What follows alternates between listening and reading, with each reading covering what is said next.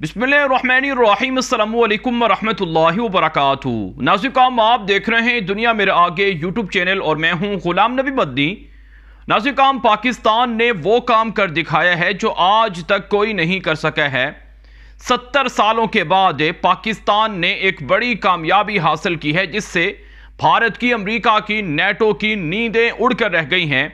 एक ऐसे मौके पर जब दुनिया के अंदर तीसरी आलमी जंग शुरू है, जब रूस और यूक्रेन के दरमियान बाकायदा लड़ाई जारी है, जब नेटो, अमेरिका और उनके इत्तेहादी रूस के खिलाफ पाबंदियां लगा रहे हैं, जब पूरी दुनिया की नजरें रूस पर हैं, तो इस मौके पर पाकिस्तान ने बड़ा काम कर दिखाया है और रूस का तारीखी दौरा सामने आया है जो पाकिस्तान के वजीर आजम इमरान खान ने किया है। जी हाँ नाज़रीन, आज रूस के अंदर दारुल हुकूमत कैपिटल मॉस्को में रूसी सदर व्लादिमीर पुतिन के साथ पाकिस्तान के वजीर आजम इमरान खान की 3 घंटे तक तवील मुलाकात हुई है। इस मुलाकात के अंदर बाहमी ताल्लुकात, आलमी उमूर पर और इसी तरह से पाकिस्तान और रूस के बाहमी तिजारती मौशी ताल्लुकात पर खुलकर बात हुई है। जी हाँ नाज़रीन, आपने तस्वीर देखी होंगी, आपने वीडियोस देखी होंगी और कुछ हम भी आपको दिखा रहे हैं जिनमें देखा जा सकता है कि दुनिया के दीगर ममालिक के सरबराहान जब मॉस्को आते हैं तो उनके साथ रूसी सदर व्लादिमीर पुतिन ऐसा सलूक करते हैं कि उन्हें अपने से बहुत दूर बिठाया जाता है, जिस पर पूरी दुनिया के मीडिया पर आवाज़ें बुलंद हुई और इस पर काफ़ी रिपोर्टिंग हो चुकी है कि फ्रांस के सदर इमानुएल मैक्रोन को रूसी सदर ने अपने से बहुत दूर क्यों बिठाया। लेकिन जब पाकिस्तान के वजीर आजम इमरान खान से रूसी सदर व्लादिमीर पुतिन बात करते हैं, मुलाकात करते हैं, तो साथ बिठाते हैं। जो नाज़रीन इस बात की अलामत है जो नाज़रीन इस बात की अलामत है कि पाकिस्तान के साथ रूस के गहरे ताल्लुकात हैं और रूस पाकिस्तान को अहमियत देता है। और पाकिस्तान के वजीर आजम इमरान खान ने एक ऐसे मुश्किल मौके पर, जब अमेरिका रूस के खिलाफ पाबंदियां लगा रहा है, यूरोप रूस के खिलाफ पाबंदियां लगा रहा है, रूस का फैसला करके, रूस का दौरा करके बड़ा बहादुराना काम किया है जिस पर पाकिस्तान को रूस की जानिब से दाद दी गई है। जी हाँ नाज़रीन, हमारे पास जो ज़राए के ज़रिए से रिपोर्ट्स मौसूल हो रही हैं कि रूसी सदर व्लादिमीर पुतिन के साथ वज़ीर आज़म पाकिस्तान इमरान खान की इस मुलाकात के अंदर पाकिस्तान और रूस के ताल्लुकात को मुस्तक़बिल में कैसे बेहतर किया जाएगा, इस पर तफसीली बातचीत हुई है। रूस पाकिस्तान के अंदर दिफाई शोबों में ताउन करेगा, पाकिस्तान के अंदर तिजारती शोबों में ताउन करेगा, तिजारत बढ़ाएगा, इन्वेस्टमेंट करेगा, सरमायाकारी करेगा, पाकिस्तान को टेक्नोलॉजी फराहम करेगा, पाकिस्तान के तलबा के लिए रूस की यूनिवर्सिटियों के और इदारों के, तालीमी इदारों के दरवाजे खुलेंगे, पाकिस्तान और रूस एक दूसरे के साथ मुश्किल वक्त में ताउन करेंगे और इसी तरह से पाकिस्तान के अंदर गवादर और सी पैक के मनसूबों में रूस से शमूलियत इख्तियार करेगा। अगर पाकिस्तान के खिलाफ अमेरिका या फिर यूरोप या फिर कोई और मुल्क भारत जैसे साजिशें करके हमला करते हैं तो रूस इसमें मदद करेगा। और इसके अलावा नाज़रीन दीगर शोबे हैं जिन पर तफसीली बातचीत हुई है और 3 घंटे तक जारी रहने वाली इस मुलाकात को आलमी सतह पर बहुत पजीराई मिली है। नाज़रीन, कुछ लोग ये बातें कर रहे हैं मीडिया पर कि अगर पाकिस्तान के वज़ीर आज़म इमरान खान इस मौके पर रूस में मौजूद हैं तो यह पाकिस्तान की तबाही का सबब हो सकता है, क्योंकि रूस पर आलमी पाबंदियां लग रही हैं तो पाकिस्तान भी रगड़े में आ सकता है, पाकिस्तान पर भी ये नस्ला गिर सकता है।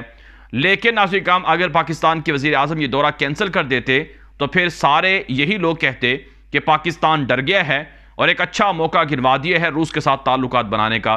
तो इसलिए नाज़रीन, जो अमेरिका की लॉबीज़ हैं, जो अमेरिका के लोग हैं, जो अमेरिका के लिए पाकिस्तान के अंदर रहकर काम करते हैं, वो परेशान है कि आखिर पाकिस्तान ने ये क्या कर दिखाया है। यही वजह है नाज़रीन, सबसे ज़्यादा तकलीफ इस दौरे से भारत को हो रही है और भारत के हामी सहाफ़ियों को हो रही है और भारत के हामी लोगों को हो रही है। और इसी तरह से नाज़रीन, इस दौरे से सबसे ज़्यादा तकलीफ अमेरिका को हो रही है और उनके इत्तेहादियों को हो रही है। अब नाज़रीन, इस दौरे से इम्पैक्ट पाकिस्तान पर यानी अमेरिका और यूरोप की जानिब से कोई ख़ास पड़ने वाला नहीं है। ताहम पाकिस्तान ने रूस के साथ जो ताउन किए हैं, ये ताल्लुकात बनाए हैं, इसका असर दोनों मुल्कों के ताल्लुकात के इस्तेहकाम पर और मुस्तक़बिल पर जरूर पड़ेगा। जहां तक नाज़रीन अमेरिका की पाबंदियों की बात है तो अमेरिका पाकिस्तान पर पहले भी पाबंदियां लगाता रहा है और अमेरिका FATF के जरिए से पाकिस्तान को डराता धमकाता रहा है, लेकिन पाकिस्तान ना तो पहले डरा है और ना ही अब डरने वाला है। इसलिए पाकिस्तान के ताल्लुकात मजबूत और मुस्तहकम होंगे। और हमारे पास ज़राए से ये रिपोर्ट सामने आई हैं कि इस टेंशन जो यूक्रेन और रशिया के दरमियान जारी है, इससे कता नज़र दोनों मुल्कों ने मुस्तकबिल के ताल्लुकात पर गौर व फिक्र पर, मुस्तकबिल के जो रिलेशंस हैं उन पर बात की है। इसके अलावा नाज़रीन, पाकिस्तान के वज़ीर आज़म इमरान खान के साथ रूस के नायब वज़ीर आज़म की दीगर काबीना के लोगों के साथ तफसीली नशिस्त हुई है, जिसमें मुख्तलिफ उमूर पर बातचीत हुई है। और इसी तरह से हमारे पास रिपोर्ट्स हैं कि पाकिस्तान के वज़ीर ख़ारजा शाह महमूद कुरैशी के साथ रूसी वज़ीर ख़ारजा सरगई लारोफ की तफसीली बातचीत हुई है। अफगानिस्तान का मसला भी इस दौरे के अंदर डिस्कस हुआ है। पाकिस्तान ने रूस को कहा है कि अफगानिस्तान के अंदर तिजारत सरमायाकारी की जा सकती है और अफगानिस्तान की सरजमीन से रूस पर कभी हमला नहीं होगा। तो बहरहाल आज़मी काम मजमूई तौर पर ओवरऑल अगर इस दौरे को देखा जाए तो ये दौरा बहुत अच्छा और शानदार रहा है। यही वजह है इस दौरे को आलमी सतह पर पजीराई मिल रही है, एक ऐसे मौके पर जब रूस और यूक्रेन की जंग है और इस दौरे से भारत और अमेरिका की चीखें निकल रही हैं। लेकिन ये दौरा पाकिस्तान और रूस के ताल्लुकात के लिए बेहतर साबित होगा, क्योंकि आप जानते हैं इस वक्त दुनिया दो ब्लॉकों के अंदर, दो महाजों, दो जो कैंप हैं उनमें तकसीम है। एक ब्लॉक अमेरिका और नेटो का है और उनके इत्तेहादी भारत जैसे मुल्कों का है, दूसरा चाइना का है जिसमें रशिया भी है और पाकिस्तान भी है। तो खित्ते के अंदर ताकत का जो तवाज़ुन है वो इस तरह से तकसीम हुआ है। लेकिन यकीनन नाज़रीन काम इससे फ़ायदा पाकिस्तान को पहुंचेगा और खित्ते के दीगर ममालिक को पहुंचेगा। और भारत जो पाकिस्तान का असली दुश्मन है, जो रशिया से S-400 मिसाइल सिस्टम खरीद कर पाकिस्तान पर बढ़तरी के दावे करता है, उसके वो जो ख्वाब हैं वो सारे के सारे चकनाचूर हो गए हैं। और इससे यकीनन पाकिस्तान को फ़ायदा पहुंचा है और मुस्तकबिल के अंदर इससे पाकिस्तान और रूस को दोनों को फ़ायदा पहुंचेगा। अब नाज़रीन काम बात करते हैं, आपको कुछ ताज़ा अपडेट देते हैं रूस और यूक्रेन की जंग के हवाले से। नाज़रीन काम रूस और यूक्रेन के दरमियान गुज़श्ता 24 घंटों से लड़ाई जारी है और इस लड़ाई के अंदर रूस का पलड़ा भारी है। अगरचे रिपोर्ट्स ये भी सामने आ रही हैं कि रूस के कई जंगी टैंक यूक्रेनी फ़ौज ने तबाह किए हैं, कई जंगी जहाज़ रूस के मार गिराए गए हैं और इसी तरह से रूस के 20 से ज़ायद जो फ़ौजी हैं वो भी कत्ल कर दिए गए हैं।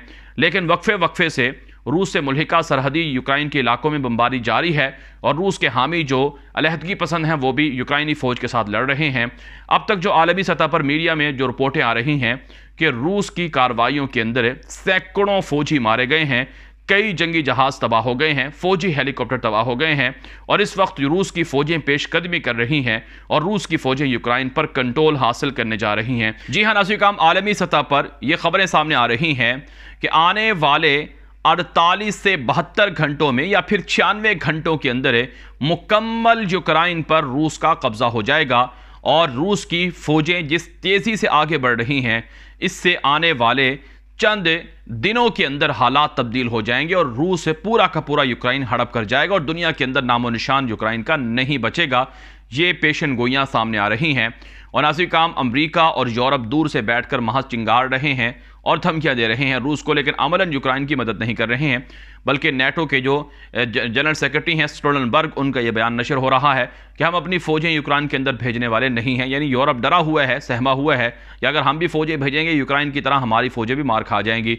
कहा जाता है यूक्रेन की फ़ौज यूरोप की सबसे बड़ी फ़ौज थी जिसके पास 2.5 लाख से ज़्यादा तादाद थी, लेकिन वो फ़ौज भी सरेंडर हो गई है, हथियार डाल दिए हैं और रूस के सामने बेबस हो गई है। और नेटो के दीगर ममालिक भी डरे हुए हैं और उन्होंने भी अपने अपने मुल्कों में इमरजेंसी नाफिज कर दी है। और हकीकत यह है कि नेटो का हशर नशर अब माजी की तरह होने वाला है और रूस बाकी के नेटो के ममालिक, यूरोप के ममालिक पर कब्जा कर लेगा और अमेरिका की बादशाहत और गलबा भी ख़त्म होकर रह गया है।